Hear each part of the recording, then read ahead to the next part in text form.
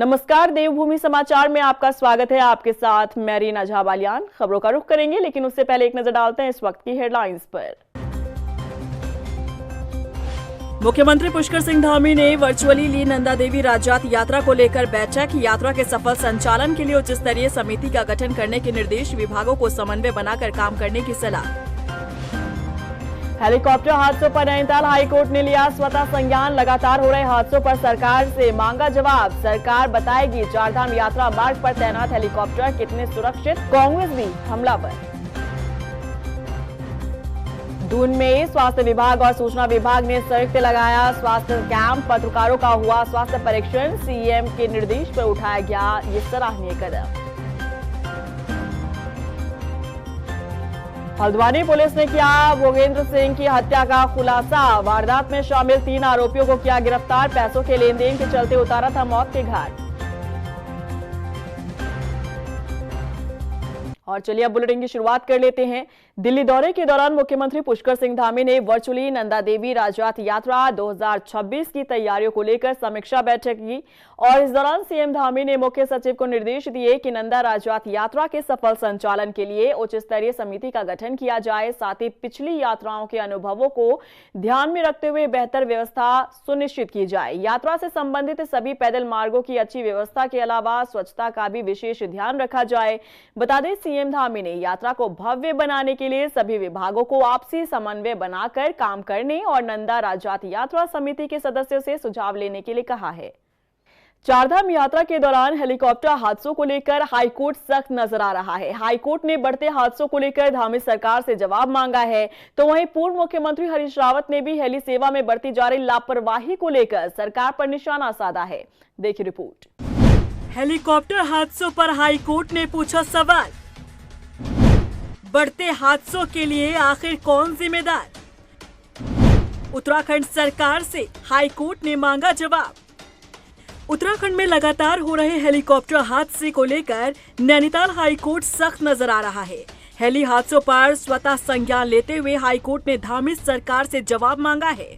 High court ने केदारनाथ के पास हुई हेलीकॉप्टर हादसे में राज्य सरकार से अपनी स्थिति साफ करने को कहा है और पूछा है कि चारधाम यात्रा मार्ग पर तैनात हेलीकॉप्टर से सफर करना आखिर श्रद्धालुओं के लिए कितना सुरक्षित है।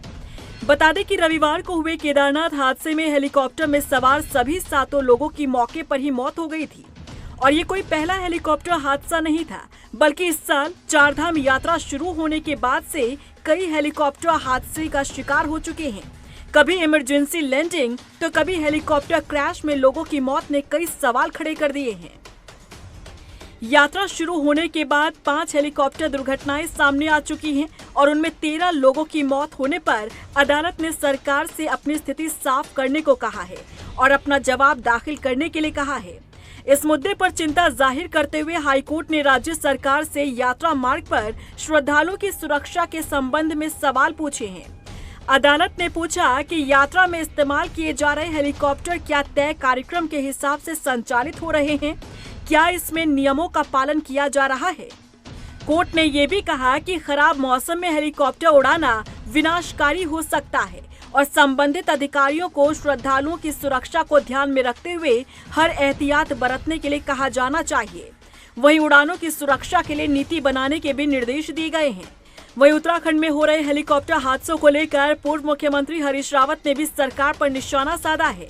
उन्होंने कहा कि हेली सेवा के लिए उचित एसओपी बननी चाहिए और एविएशन कंपनियों पर सरकार का कोई कंट्रोल नहीं रह गया है। ये कितनी बड़ी चिंता की बात है।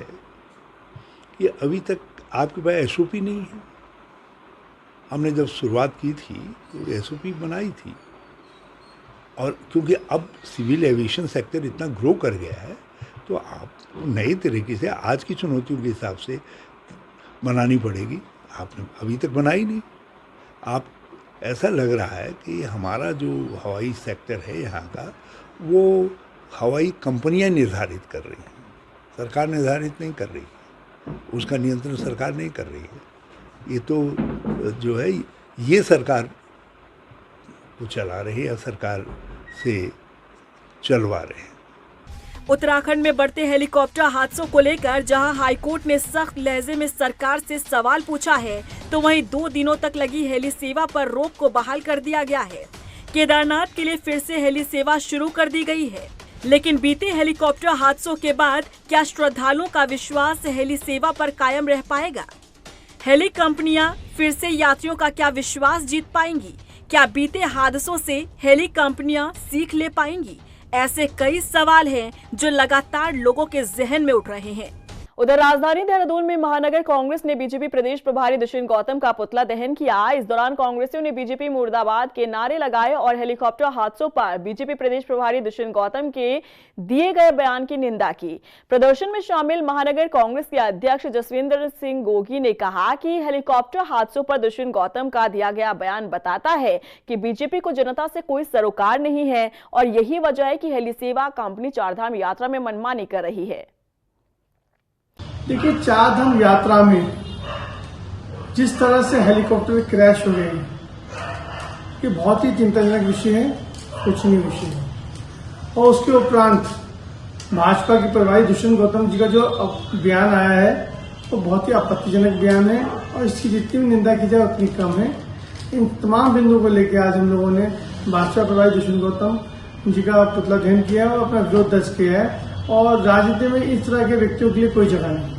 उधर रुड़की में भी कांग्रेस कार्यकर्ताओं ने बीजेपी प्रदेश प्रभारी दुष्यंत गौतम का पुतला दहन किया और हेलीकॉप्टर हादसे पर दिए गए उनके बयान की निंदा की। यहां नाराज कांग्रेसियों ने दुष्यंत गौतम पर पत्रकारों के साथ अभद्र व्यवहार करने का भी आरोप लगाया।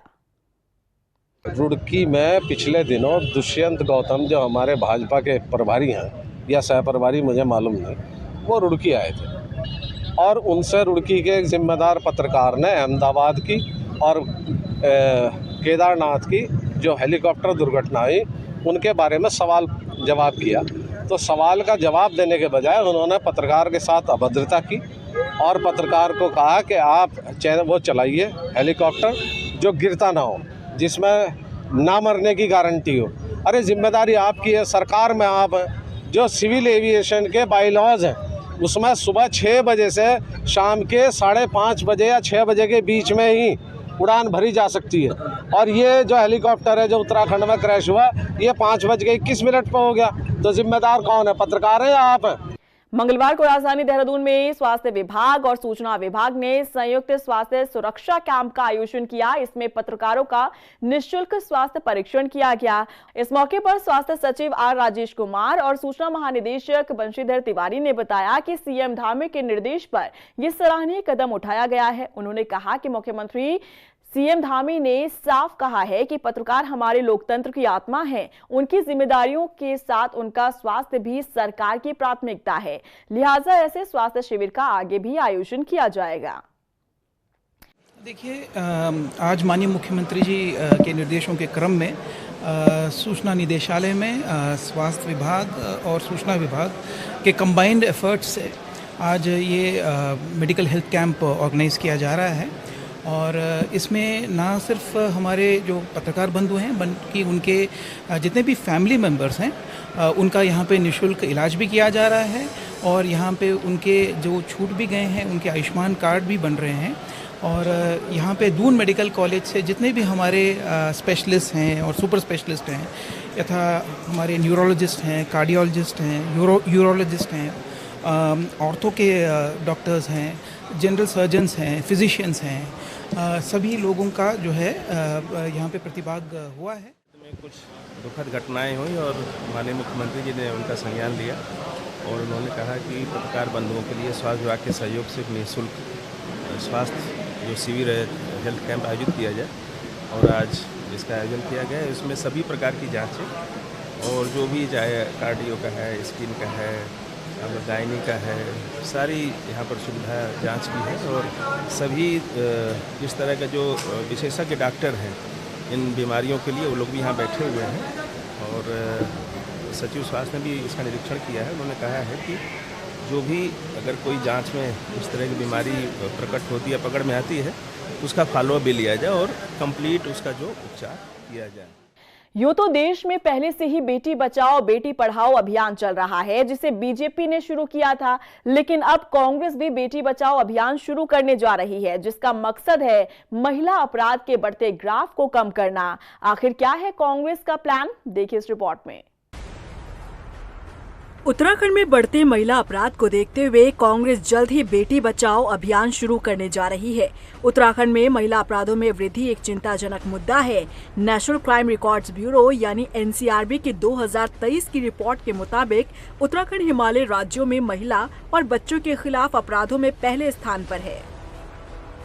हाल ही में दिल्ली में प्रदेश नेतृत्व की बैठक हुई थी, जिसमें राहुल गांधी, मल्लिकार्जुन खड़गे, केसी वेणुगोपाल भी मौजूद रहे और इसी दौरान प्रदेश में बढ़ते महिला अपराध की बात आई और ये निर्णय लिया गया कि बढ़ते महिला अपराध को लेकर प्रदेश की 70 विधानसभाओं में यात्रा निकाली जाए और घर घर तक पहुंचकर बताया जाए कि बीजेपी सरकार में महिलाओं के साथ बलात्कार, दुराचार की घटनाएं बढ़ी है।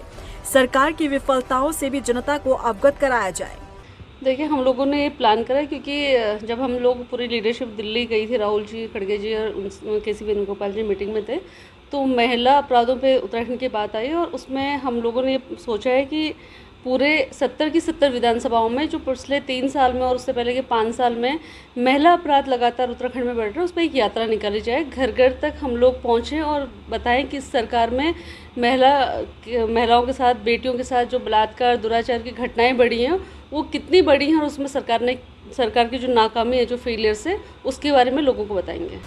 कांग्रेस की बेटी बचाओ अभियान पर बीजेपी नेता मथुरादत्त जोशी ने तंज कसा है। उन्होंने कहा कि पहले कांग्रेस आपस की लड़ाई बंद कर ले, इसके बाद दूसरों से लड़ाई लड़े। देखिए, कांग्रेस राजनीतिक कुंठा से ग्रसित है। कांग्रेस के नेता पहले आपस की लड़ाई तो अपनी बंद कर लें, उसके बाद दूसरे से लड़ाई लड़ेंगे। पहले अपने घर की लड़ाई बंद कर ले कांग्रेस, फिर दूसरी बात करेंगे। और जहाँ तक सवाल है भारतीय जनता पार्टी के नेताओं के ऊपर यौन शोषण के जो आरोप लगे हैं, उसमें कोई तथ्य नहीं है, आधारहीन बात है। और जिन लोगों के ऊपर आरोप लगे भी हैं, जो भी जिस स्तर का नेता था, पार्टी ने उनको बाहर करने का काम किया है। उत्तराखंड में बढ़ रहा महिला अपराध एक चिंता का विषय है, जिसे लेकर कांग्रेस अभियान के तहत जनता के बीच जाने की तैयारी कर रही है, लेकिन बीजेपी इसे केवल राजनीतिक स्टंट के रूप में देख रही है। देखना होगा कि इस अभियान से आखिर कांग्रेस को कितना फायदा होता है। वहीं रुड़की के बेलड़ी स्थित नशा मुक्ति केंद्र में हुई युवक की मौत मामले में विधायक ममता राकेश ने कोतवाली पहुंचकर निष्पक्ष जांच की मांग की। बता दें कि 13 जून को बेलड़ी स्थित नशा मुक्ति केंद्र में भर्ती युवक की संदिग्ध परिस्थितियों में मौत हो गई थी। परिवार की माने तो उसे 10 जून को ही नशा मुक्ति केंद्र भेजा गया था। मृतक के परिवार ने स्थानीय विधायक ममता राकेश से मदद की गुहार लगाई है। देखिए, करौंदी गांव से कश्यप समाज का बॉबी नाम का युवक उनके परिजनों द्वारा नशा मुक्ति केंद्र बेलडी भेजा गया था 10 तारीख को और उसकी संदिग्ध परिस्थितियों में मृत्यु हो गई और घर वालों को सूचना दी गई 10 तारीख को, मतलब 9 की रात को इन्हें सूचना दी कि आपके बच्चे की तबीयत ज़्यादा ख़राब है। जबकि सच्चाई यही है, जो गांव वाले मौके पर पहुंचे, इनके परिजन पहुंचे, कि उस लड़के के साथ मारपीट की हुई थी, बहुत ज़्यादा शरीर पर चोट के निशान थे, गले पर भी कपड़े के रस्सी के निशान थे, जिनकी वजह से उनकी मृत्यु हुई। मृत्यु तो उनकी नशा मुक्ति केंद्र में ही होगी थी। उसके बाद उसे जोली ग्रांट ले जाया गया, जहाँ उसे प्रोडेड घोषित कर दिया गया। तो इसी संबंध में मैं आज रुड़की कोतवाली आई, मेरी बात हुई थी इंस्पेक्टर साहब से। रुद्रपुर में डेंगू को लेकर स्वास्थ्य विभाग अलर्ट मोड पर है। लोगों को जागरूक करने के साथ ही अस्पतालों में व्यवस्थाओं को दुरुस्त किया गया। उधर सीएमओ राकेश सिन्हा ने बताया कि अब तक कोई डेंगू का मामला रिपोर्ट सामने नहीं आया। हालांकि इस मौसम में डेंगू के फैलने का खतरा बना रहता है। ऐसे में इससे बचाव के लिए लोगों को चाहिए कि वो अपने आसपास सफाई का ख्याल रखें और इसके अलावा डेंगू के लक्षण दिखाई देने पर डॉक्टर से संपर्क करें। रेस्पिरेटरी ट्रैक्ट के ज़्यादा होते हैं, तो खांसी, जुकाम, बदन दर्द, है ना, या निमोनिया भी होना संभव है, तो ऐसी चीज़ें आती हैं। लेकिन डेंगू में थोड़ा इससे डिफरेंट है। उसमें बदन दर्द, बुखार, जोड़ों में दर्द, कभी कभी शरीर पे चित्ते भी आने, प्लेटलेट की कमी होने के कारण ये सब लक्षण भी आते हैं। तो थोड़ा सिम्टम से तो डिफ्रेंशिएट हो ही जाता है। भगवानपुर में तहसील दिवस के मौके पर करीब 28 शिकायतें आई। इसमें से 7 शिकायतों का निस्तारण मौके पर ही किया गया। वहीं एसडीएम प्रेमलाल ने बताया कि ज्यादातर शिकायतें बिजली, पानी, स्वास्थ्य, शिक्षा और भूमि कब्जे से जुड़ी हुई थी, जिनके निस्तारण के लिए अधिकारियों को कहा गया। वहीं एक फरियादी ने अधिकारियों पर भ्रष्टाचार का आरोप लगाया।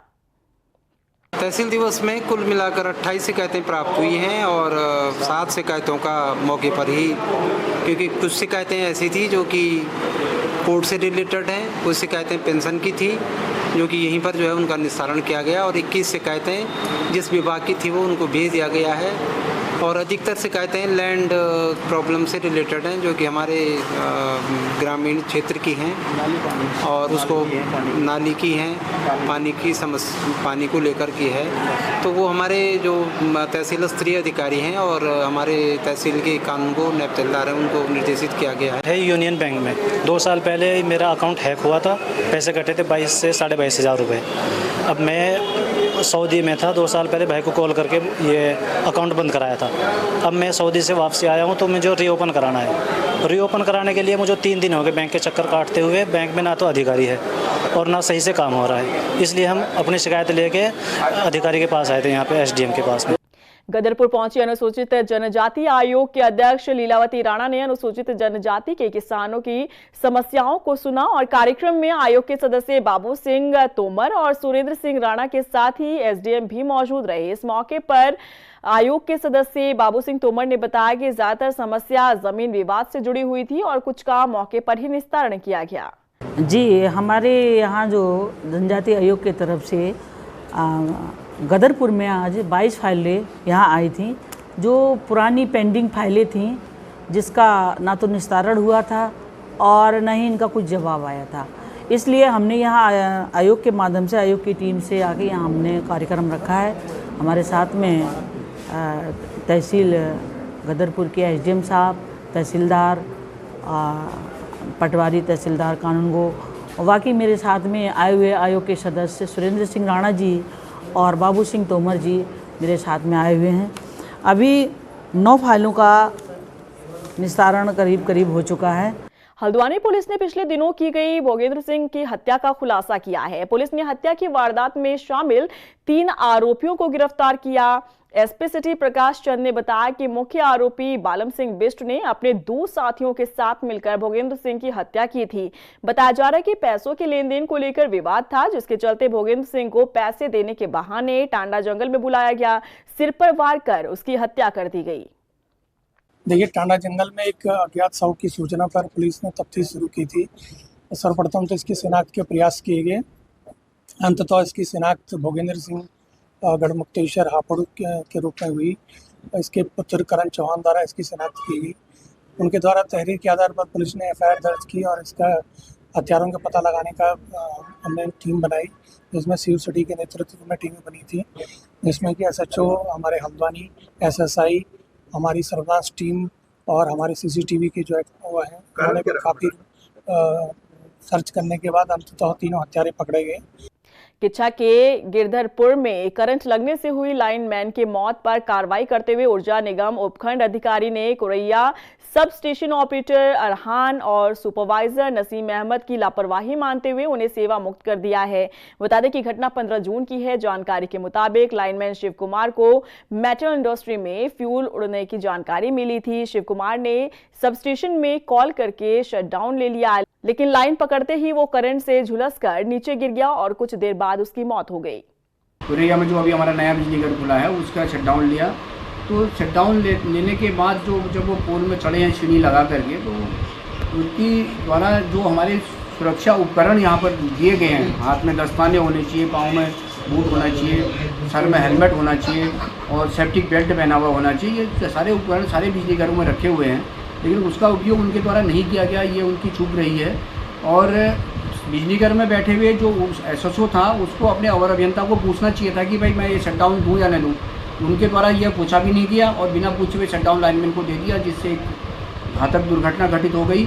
और उसमें प्रथम दृष्टता जांच में हमने आज एक वहाँ के एसएसओ और सुपरवाइजर दोनों को तत्काल प्रभाव से प्रथम दृष्टता उनको हटा दिया गया है, उनकी सेवाएं समाप्त कर दी गई। हल्द्वानी के कटघरिया के एक कॉम्प्लेक्स में छत डालने का काम कर रहे मजदूरों पर निर्माणाधीन परिसर की छत भरभरा कर गिर गई। इस घटना में 2 मजदूर गंभीर रूप से घायल हो गए, जिन्हें अस्पताल में भर्ती करवाया गया।